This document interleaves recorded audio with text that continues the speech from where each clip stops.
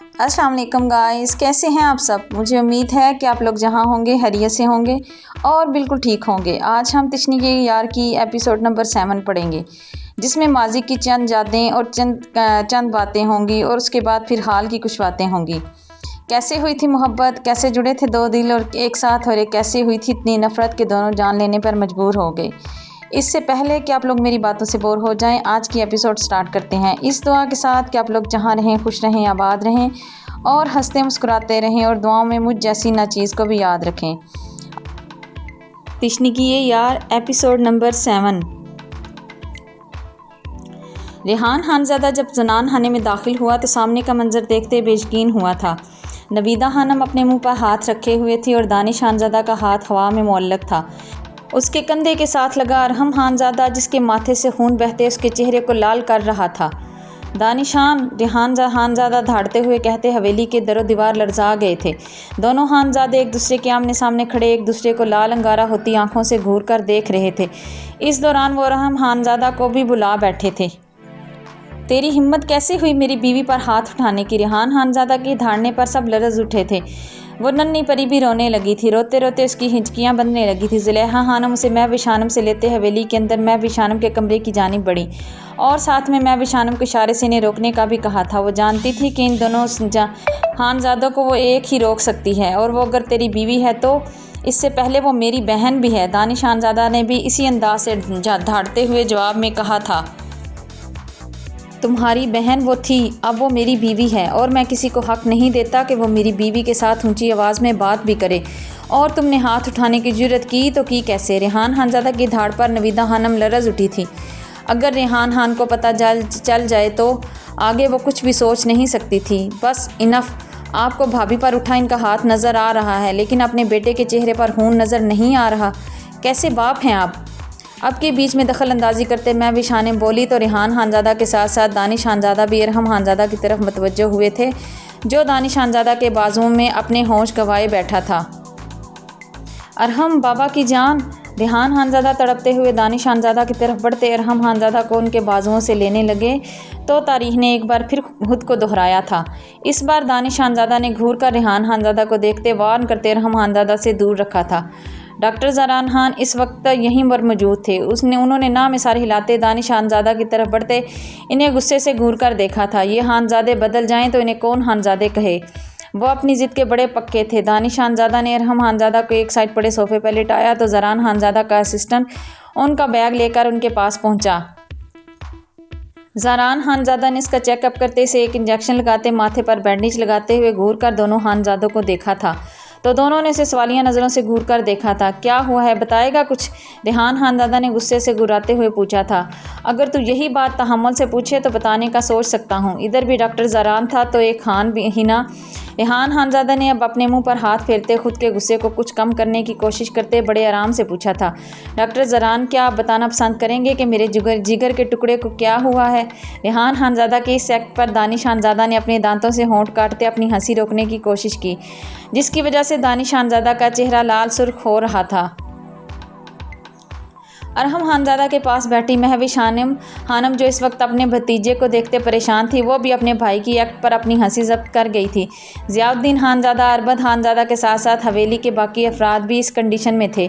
तो सबके सामने मेरी खिल्ली उड़ाने की बजाय सीधा पॉइंट पर आ और मुझे बता कि अब तक होश में क्यों नहीं आया। रेहान खानज़ादा इन सब के चेहरों को देखते फिर से अपनी टोन में वापस लौटते डॉक्टर ज़रान खान से दांत कचकचाते हुए पूछने लगे थे, ये तो उससे क्यों पूछ रहा है। इससे पूछना जिसने बड़ी बेदर्दी से तेरे बेटे को थप्पड़ मारा है। इससे पूछ क्या गुनाह किया था तेरे बेटे ने। ये सवाल अब अरबद अली खान रेहान खानज़ादा से कर रहे थे। इसका गुनाह वो है जिसकी माफ़ी ये जालिम दुनिया कभी नहीं देती। इसका गुनाह इश्क है और इश्क की माफ़ी तो रांझे को भी नहीं मिली थी। उसे भी बदले में जहर दिया गया था। इसे भी बदले में रिश्तों का जहर दिया जाएगा। वो उसे आहिस्ता आहिस्ता ख़त्म करेगा। इसके वजूद को इश्क से आली करने की कोशिश में इसके अपने इसे ख़त्म कर देंगे और कुछ बाकी नहीं बचेगा सिवाय एक ज़ात के और सिवाय इश्क के। सब फना हो जाएगा, सब ख़त्म हो जाएगा, सब दफन हो जाएंगे। इश्क को फना करने वाले खुद ही फना हो जाएंगे। बाहर से आती आवाज़ पर अरबद अली खान के चेहरे का रंग लट्ठे की तरह सफ़ेद पड़ने लगा था। वो तेज़ कदमों से बाहर की जानब बढ़े। बचा ले खान, इस जालिम दुनिया से इश्क का वजूद बचा ले। باندھ دے انہیں ایک پاک بندھن میں، بچا لے انہیں شیطان کے شر سے، بچا لے انہیں حاسدوں کے حسد سے، بچا لے انہیں گنڈوں پر پڑ پڑ پھونکنے والیوں سے۔ وہ اب سورہ فلق کے الفاظ دہرا رہا تھا، تو معصوم محبتوں کو اپنی پناہ میں رکھنا میرے مالک۔ یہ الفاظ وہ دہراتے ہوئے بہتی آنکھوں سے وہاں سے نکلتا چلا گیا، اور عربد علی خان اسے دیکھنے سے قاصر رہ گئے تھے۔ کیا وہ وہی تھا؟ وہ کیسے ہو سکتا ہے؟ وہ یہاں کیسے؟ عربد علی خان کانپتے ہاتھوں سے اپنے چہرے کا پسینہ صاف کرتے خود سے سوالوں میں الجھے ہوئے تھے۔ کیا ہوا عربد خان؟ کہیں ماضی کا کوئی پتا تو کھل کر سامنے نہیں آ گیا؟ پیچھے سے کسی نے کندھے پر ہاتھ رکھتے پوچھا تو عربد علی خان کے سینے میں درد کی ایک تیز لہر اٹھی تھی۔ یہ کم وقت ماضی تو گلے کی ہڈی بن گئی ہے، نہ اگلتے بنے نہ نگلتے بنے۔ وہ پیچھے مڑتے دیکھ کر بولے تھے، چل اندر چل، پہلے کیا بگاڑ لیا تھا اس نے جو اب بگاڑ لے گا؟ وہ عربد علی خان کے کندھے پر ہاتھ رکھتے انہیں ساتھ لیے اندر کی طرف بڑھتے ہوئے بولا تھا، لیکن آنکھوں میں لال انگارے دہک رہے تھے اور مٹھیاں ضبط سے پتھر کی ہوئی تھیں۔ وجود کی وینز ابھرتے ہوئے نیلی پڑنے لگی تھی، لیکن اسے ابھی بہت ضبط کرنا تھا۔ ان اونچی حویلیوں کے راز چھوٹے لوگوں کو دہلا دینے والے تھے، عزتیں راکھ میں ملنے والی تھیں۔ بہت جلد انتقام لیا جائے گا، خون کے بدلے خون اور عزت کے بدلے عزت۔ وہ ساتھ چلتے سوچ رہا تھا کہ اسے آگے اب کیا کرنا ہے۔ پیچھے اگر تم حویلی کے زنان خانے میں جھانک کر دیکھو گے تو ریحان خانزادہ اب اپنی اسی بیوی کو گھور کر دیکھ رہے تھے جن کے لیے وہ تھوڑی دیر پہلے اپنے بہنوئی اور اس عورت کے بھائی سے جھگڑ رہے تھے۔ نویدہ خانم نے ریحان خانزادہ کی گھوری پر نظریں جھکا لی تھیں۔ ریحان خانزادہ دانت پیس کر رہ گئے تھے۔ وہ اس بات کا جواب ان سے اپنے کمرے میں مانگنے والے تھے۔ مردوں کی یہ بات سب سے اچھی ہوتی ہے کہ وہ اپنی بیوی سے پوچھ گچھ اپنے کمرے کی چار دیواری میں کرتے ہیں۔ اصل خاندانی مرد کی یہی تو سب سے بڑی نشانی ہوتی ہے۔ عورت کی اگر تعریف کرو اور عزت اور مان دو تو سب کے سامنے، اور اگر کچھ پوچھنا ہو یا سمجھانا ہو تو اپنے کمرے کے اندر۔ اس طرح وہ ہر بات سنے گی اور مانے گی بھی۔ میرا تو یہی خیال ہے۔ اب آپ لوگ کیا سوچتے ہیں کمنٹ میں ضرور بتائیے گا۔ اس کے سر میں چوٹ لگنے کی وجہ سے خون بہہ گیا ہے، اس لیے زیادہ خطرہ ٹل گیا ہے، لیکن چونکہ چوٹ ماتھے پر لگی ہے اس لیے شاید اندرونی چوٹ زیادہ ہے۔ میں نے انجیکشن لگا دیا ہے، انشاءاللہ تعالیٰ کچھ دیر میں یہ ہوش میں آ جائے گا۔ لیکن کیا فائدہ اس کے ہوش میں آنے کا؟ تم لوگ پھر سے اتنا اونچا دھاڑو گے کہ بچہ پھر سے اپنے ہوش گنوا دے گا۔ ادھر بھی ڈاکٹر زران خان تھا۔ بھگو کر جوتا کیسے مارنا ہے وہ اچھی طرح جانتا تھا۔ اس پر سب خانزادوں نے اسے گھور کر دیکھا تھا۔ کیا میں غلط کہہ رہا ہوں؟ سوچ کر دیکھو یار، میں بھی تو ایک خان ہی ہوں نا، ایک عرصے تک تیرے ساتھ رہا ہوں۔ مجھے کبھی تو نے یوں دھاڑتے ہوئے دیکھا ہے کبھی؟ دیکھ ماشاءاللہ میری زندگی بھی اب بھی کتنی اچھی گزر رہی ہے۔ ہاں نا، جس عمر میں تیرے 3-4 بچے ہونے چاہیے اس عمر میں بھی تو چھڑا چھانٹ گھوم رہا ہے۔ ریحان خانزادہ نے بھی طنز کا تیر پھینکا تھا۔ ریحان خانزادہ کی بات سنتے ڈاکٹر زران خان کی نگاہوں کے سامنے ایک آنچل چھن سے لہرایا تھا، اور وہ سفید چوڑیوں سے سجے ہاتھ اور وہ سفید پاؤں جن میں چاندی کی پائل تھی، جس سے پوری حویلی میں ایک مدر سی دھن بج اٹھی تھی۔ اسے آج سے 4 سال پہلے کا وہ دن یاد آیا تھا جب وہ لال حویلی میں ریحان خانزادہ کی دعوت پر سب دوستوں کے ساتھ یہاں آیا تھا۔ وہ لوگ بیٹھ کر بکرے اور مچھلی کے ساتھ انصاف کر رہے تھے کہ زران خانزادہ کا فون بج اٹھا تھا۔ وہ فون سننے باہر کی جانب بڑھا، لیکن وہ غلطی سے زنان خانے کی طرف نکل گیا تھا۔ بڑی بڑی حویلیوں میں گم ہو جانا کوئی نئی بات نہیں تھی۔ وہاں داخل ہونے والے انجان لوگ اکثر رستے سے بھٹک جاتے ہیں۔ زران خانزادہ کا رستے سے بھٹکنا اس کی دنیا تہ و بالا کر گیا تھا۔ وہ فون کان سے لگائے حویلی کی لمبی راہداری سے گزر رہا تھا کہ کسی کی ہنسی کی کھنک اسے کسی مدر دھن کی طرح محسوس ہوئی تھی، اور وہ بے اختیار ہی اس آواز کی طرف چل پڑا۔ کان سے لگا فون، اس پر آنے والی آواز تو جیسے کہیں دور، بہت دور چلی گئی تھی۔ وہ ایک کھڑکی کے قریب سے گزرا تو نظر ٹھہر سی گئی تھی۔ وہ پری پیکر وجود، سفید کلر کی فراک پہنے، اپنے کالے لمبے بالوں کو کھلا چھوڑے، ہاتھوں میں بھر بھر کر سفید ہی چوڑیاں پہنے ایک بچے کے ساتھ پکڑن پکڑائی کھیل رہی تھی۔ وہ بچہ اس کے پیچھے بھاگ رہا تھا اور وہ کھلکھلاتی ہوئی آگے بھاگ رہی تھی۔ اس کے پاؤں کی پائل کی آواز سنتے اس کی نظر پیروں پر پڑی تو سفید چاندی سے چمکتے پیر، وہ سر سے پاؤں تک حسن ہی حسن تھی۔ وہ ساکت کھڑا ندیدوں کی طرح اسے دیکھ رہا تھا کہ یکدم اس لڑکی کی نظر کھڑکی پر پڑی تو اگلے لمحے ایک زوردار چیخ اس کے کانوں کے پردے ہلا گئی۔ وہ ہوش کی دنیا میں واپس لوٹتے سٹپٹاتے ہوئے وہاں سے تیزی سے ہٹا تھا۔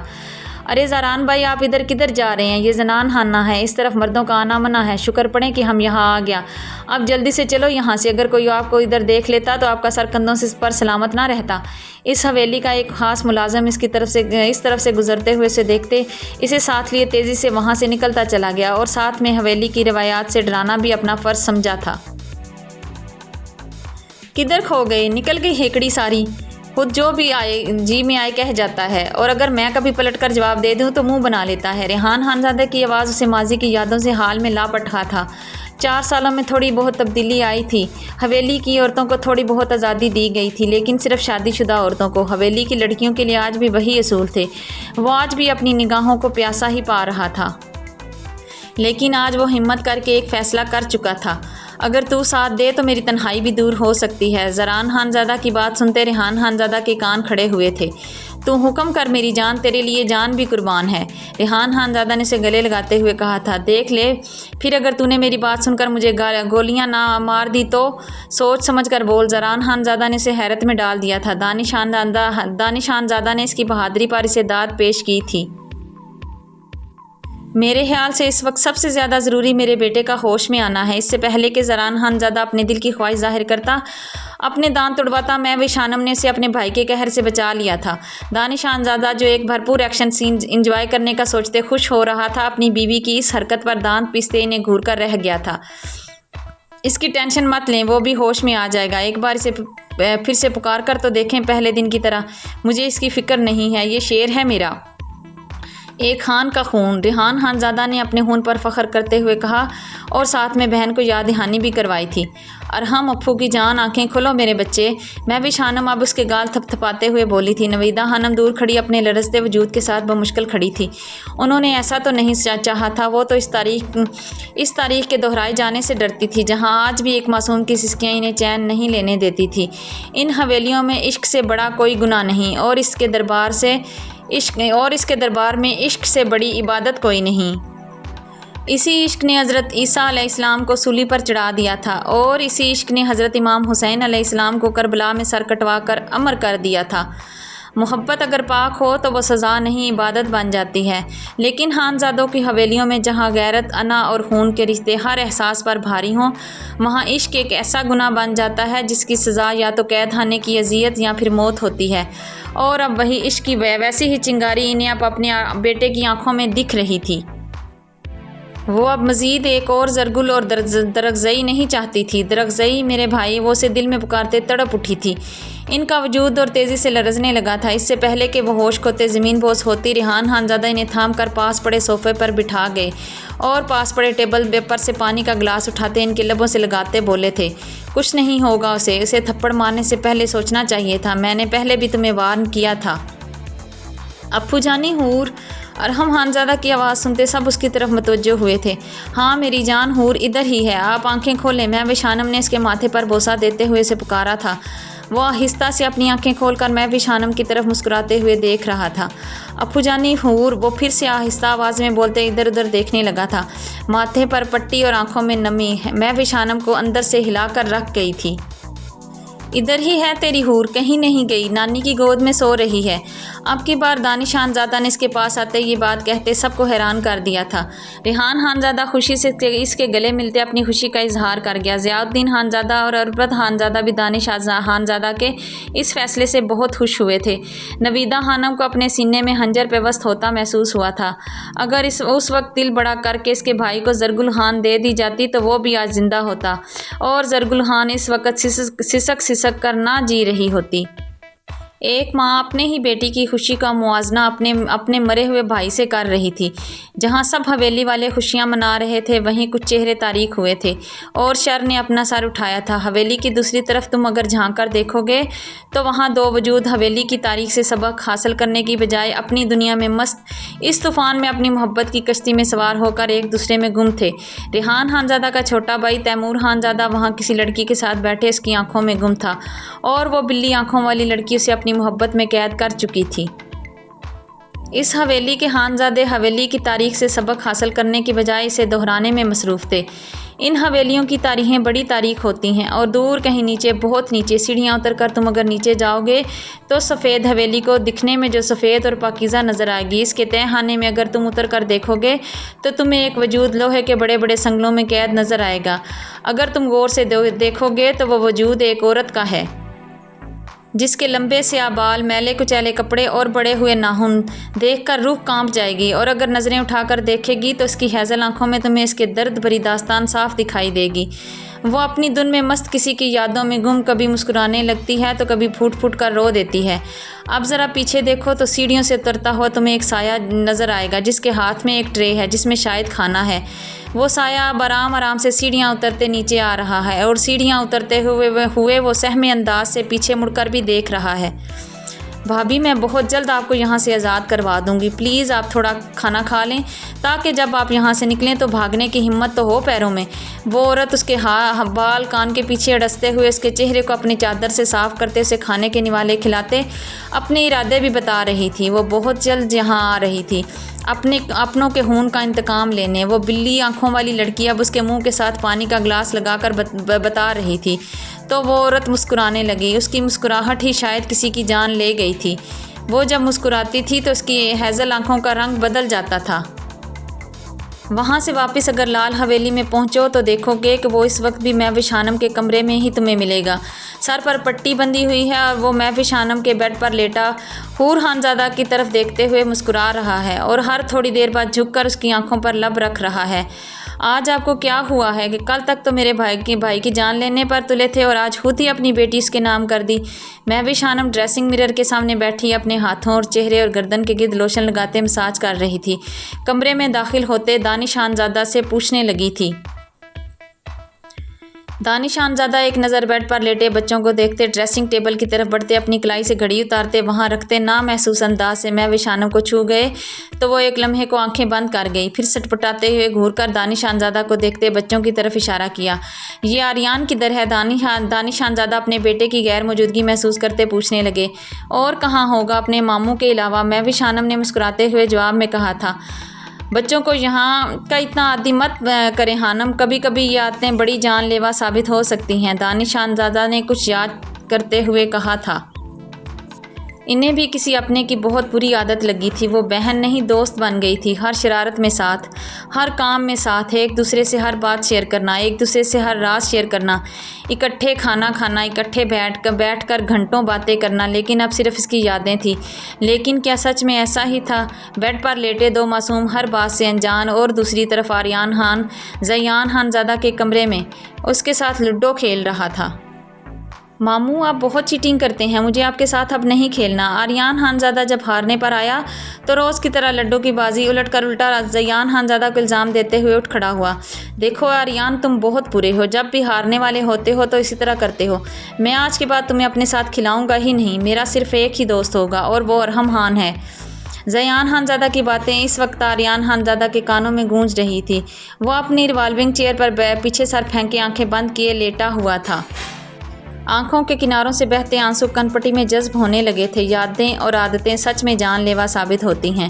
वो दरवाजे की आवाज़ पर यादों के भंवर से निकला और दरवाजे की जानब चेहरा मोड़ते देखने लगा। आ जाओ गुड़िया, वहाँ क्यों खड़ी हो? आर्यान खानज़ादा ने अपनी आंखें साफ करते हूर खानज़ादा को कमरे में आने का कहा और उठकर सोफ़े की तरफ बढ़ा। आओ बैठो। वो सोफ़े पर बैठते उसे अपने सामने बैठने का इशारा करते बोला तो हूर खानज़ादा अपने सर का दुपट्टा सेट करते बैठ गई थी।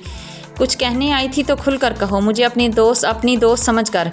हूर खानज़ादा जब काफ़ी देर तक वहाँ बैठे अपने हाथों को मसलती रही तो आर्यान खानज़ादा उसके पास जाकर बैठते, उसे अपने हिसार में लेते, इसके बालों पर अकीदत से लब रखते बड़े भाई का तहफ़्फ़ुज़ देते हुए बोला था।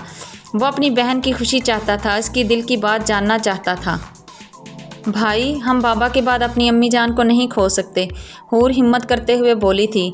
अम्मी जान की बात मानने का मतलब समझती हो?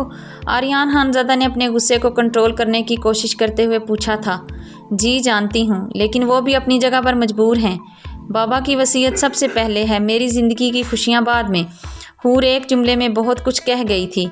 मरे हुए इंसान की वसीयत माना कि सबसे अव्वल है, लेकिन इसका ये मतलब तो नहीं कि मैं वसीयत के चक्कर में अपनी ज़िंदा बहन को दरिंदे के हवाले कर दूं। वो लाल अंगारा होती आंखों से उसे देखते हुए बोला था। भाई, अगर आपकी बहन के नसीब में खुशियाँ लिखी हैं तो मुझे वो खुशियाँ इस दरिंदे से भी मिल सकती हैं, और अगर मेरा रब चाहे तो वो दरिंदे को भी इंसान बना दे। और अगर मेरे नसीब में दुख लिखे हैं, तकलीफ़ें लिखी हैं, तो फिर आप मुझे जिसके साथ भी बांधेंगे वो चाहे जितना भी अच्छा हो, उसे दरिंदा बनने में पल नहीं लगेगा। आर्यान खानज़ादा इसकी बातों में छुपा हुआ मफ़हूम समझ चुका था। तो फिर मम्मा से पूछ लो कब की करवाऊँ टिकट्स? आर्यान खानज़ादा भी तकदीर के आगे हार मानते हुए बोला था। نیو یارک کا ماحول سرد مگر روشن تھا۔ کے گیٹ گلوبل ایوارڈ 2025 کی تقریب اپنے عروج پر تھی۔ ہال کے اندر سنہری روشنیوں کا سمندر اور اسٹیج پر چمکتا ہوا ایک نام، کے گیٹ، فاؤنڈڈ بائی دانش خانزادہ۔ آج اس کمپنی کو دنیا کی سب سے کامیاب ایجوکیشنل ایپ کے طور پر سراہا جا رہا تھا۔ 18 برس پہلے ایک خواب سے ایک انقلاب تک، اسکرین پر دانش خانزادہ کی پرانی ویڈیو چل رہی تھی۔ تعلیم صرف کلاس روم میں نہیں، انسان کے شعور میں ہوتی ہے۔ اگر ہم سوچنا سکھا دیں تو دنیا بدل جائے گی۔ پورا ہال ساکت تھا، چند آنکھیں نم اور چند دل فخر سے بھرے ہوئے تھے۔